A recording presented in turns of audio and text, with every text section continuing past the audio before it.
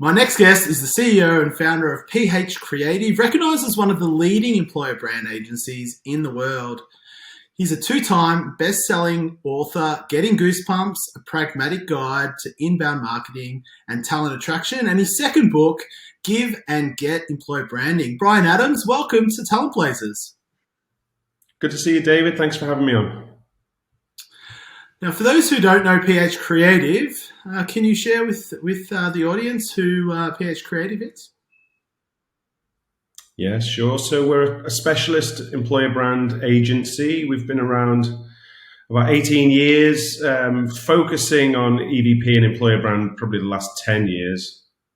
And we're calibrated to work with global brands with complex talent audiences. And we work with the likes of American Airlines, Apple, Nike, Ford, organizations of that nature. We're recording at the moment, and you're in the UK, but you also spend a lot of time in the US as well. Where are the offices? And so there's about 120 of us now, and we're disparately spread over UK, Europe, North America, South America, and we've got one person in New Zealand as well. So we're slowly expanding over there. I spend most of my time in San Diego. I travel between there and London. I'm in sunny Liverpool, the centre of the universe at the moment. All right. Well, we're unpacking in season 3 of Talent Blazers, EVP, lifting the lid on stigmas and challenges that do occur. I'm curious to know at a high level the steps that you find when your business is engaging with enterprise organizations, that the steps they should be taking. What are your recommendations as they think about rolling out an EVP? Okay, so there's a lot to consider, but I guess step one is understanding the employee experience. So research is where it all starts. And typically there's 3 areas of the research we look at. The leadership view, to get an idea of what we're aligning with from a direction of travel, from a business strategy perspective. What environment and culture and employee experience is required to take the organization forward. Typically, the leaders will give you the aspirational version of what it's like to work inside your organization. And actually, that's really important because it gives an idea of what we need to move towards. The employee view, however, typically gives you a snapshot of today, an insight into the reality, warts and all, of what it feels like to work inside the organization today.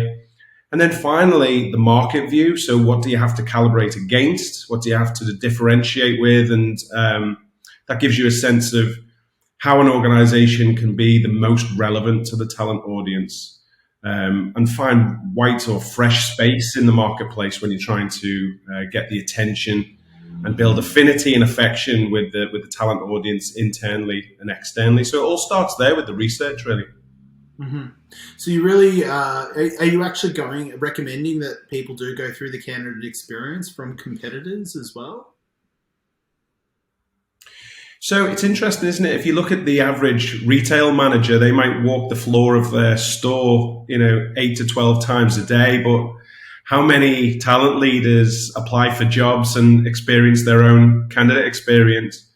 So applying for jobs elsewhere and understanding what you're up against is important. And it can certainly add to your research mix. We talk to candidates and new employees have just gone through your own candidate experience. Including candidates that actually turn down the job. So looking at it from all angles to get a real objective perspective of what it's like, what it needs to be, and what you're up against is advisable so you can move forward, and add value to your employee experience and build something that's meaningful. And how do you think people should be reining in the expectation? Clearly, they want an EVP and they want to move the needle. Um, there's buy-in from the business. How long should that process take? That research phase where you've consumed enough information? So it's a good question. Every organization is different depending on the global footprint, how many employees, and so on and so forth. Typically, with an organization of 10,000 employees, it can take anywhere between 3 and 6 months, depending on how easy it is to access all the various different people we need to speak to, and so on and so forth. But that typically it can take between 3 and 6 months for a large organization. Do you dig further? Do you recommend people who are leading EVP to dig into Glassdoor or exit interviews? It's endless how much information they can consume. When do you think enough is really enough? So again, great question. Typically we want to have 5% of the employee audience as a good representative sample. The more you can get a really good understanding of all aspects of the organization, the more confidence you can have in the data and then the distilled insights and the common themes that you find. Of course, you can go on forever. And we find if research goes on beyond 6 months, it's kind of the research you started with at the start can be outdated, so that you do have to draw a line somewhere. But looking at the full talent experience, candidate, employee, and alumni in some degree is really important. And then the other aspect is making sure that you're getting a good representative sample from geographic, tenure, so speaking to people who've been there, less than 6 months versus people who've been in an organization for many years. Obviously different diversity segments and seniority in the organization as well. So if you're organized, that's all perfectly feasible in a fairly short time frame. And you're right, you do have to draw the line, but they're the main segments that we like to cover off. And who are you finding you're now working with compared to who you may have been working with a few years ago? Has that person changed at all? So we still find 80% of the contracts we sign are with the TA leader, the talent attraction leader. It's not uncommon now that we speak to the CHRO of an organization. And more organizations have an employer brand leader, whereas a few years ago, it wasn't uncommon for this project to be done on the side of somebody's desk who has a different day job. But the rise in employer brand managers and specialist teams, heads of DEI brands, diversity, equity, and inclusion brand as well, is growing. So organizations are definitely maturing and seem to be more resourced with specialists internally, which is fantastic for us. It makes such a difference. So when you guys get approached, what is your recommendation for the ultimate team, the real ultimate team? Do you need representation from marketing, potentially internal comms, or does it just purely sit within talent attraction or TA? So ultimately, it doesn't matter where it sits. What matters is we have access to leadership across the organization, and we focus on alignment, not just alignment with the main business strategy, but with all of the other initiatives. And what we need more than anything is buy-in. So we always start with a small team that will drive the project forward. The smaller, the better, actually. Otherwise, we can lose some agility. But then we like to have a wider stakeholder group for key milestone check-ins and making sure we're getting buy-in, keeping people up abreast with what's happening along the way. And brand, marketing, DEI, internal comms, learning and development, recognition and reward, operations, IT, all of these leaders are really important because at the end of the day, to activate and for it to really stick and make a difference, it needs to be something that's embraced across the organization. Part of the job of a good employer brand is to bring cohesion across all of communication so everything's aligned.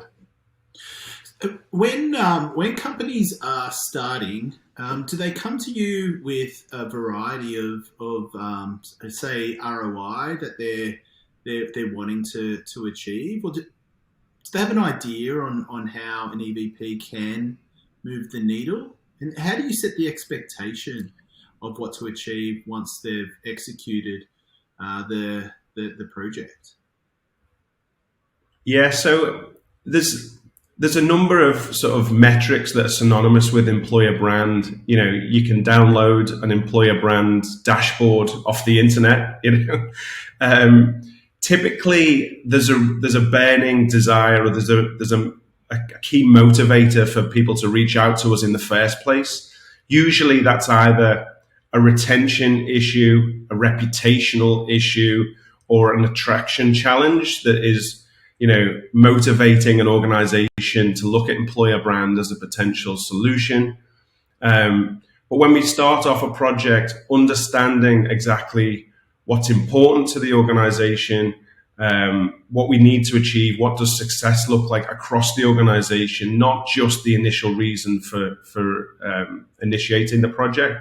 That's fundamental, and typically that is different for every organization, and we try to tailor a set of metrics that are really aligned with an organization that will help to drive it forward. So the standard dashboard off the internet doesn't really cut it and isn't recommended. When do you see an ROI starting to come through? How long after an EVP's executed? How much time do you think companies should take to reflect back on the work that they've done? So we always recommend to launch a new EVP internally first, and I think that's important from an authenticity perspective.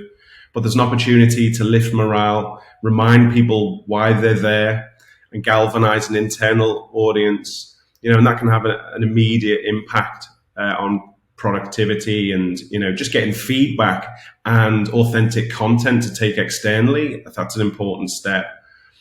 When we launch an EVP externally, typically there is a spike in sort of volume of activity, engagement and interaction and even applicants. But what we're looking for is an increase in percentage of valued applicants, because what that tells us is the message is resonating with the right people in the audience, not just an increase in volume. And a big part of our philosophy and framework, the give and get, is setting out expectations such that unqualified potential candidates are actually repelled from the brand, not compelled towards. And it resonates with the right talent audience. So it can have immediate effects. The main thing is you are setting expectations. It's aligned with the organization.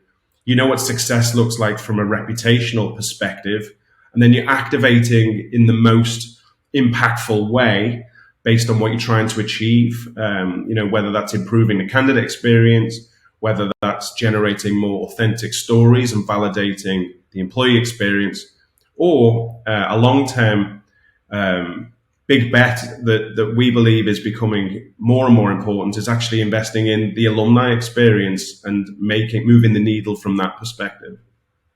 An alumni experience that's definitely something that EVP or employer brand should be thinking about. It must be low-hanging fruit for any large enterprise organisation to keep them informed. Bryan, I feel like I could continue to talk to you for much longer, but we do have to leave it there. Thank you for joining me on Talent Blazers. It's been a really insightful conversation. Thanks, David. Enjoyed the conversation.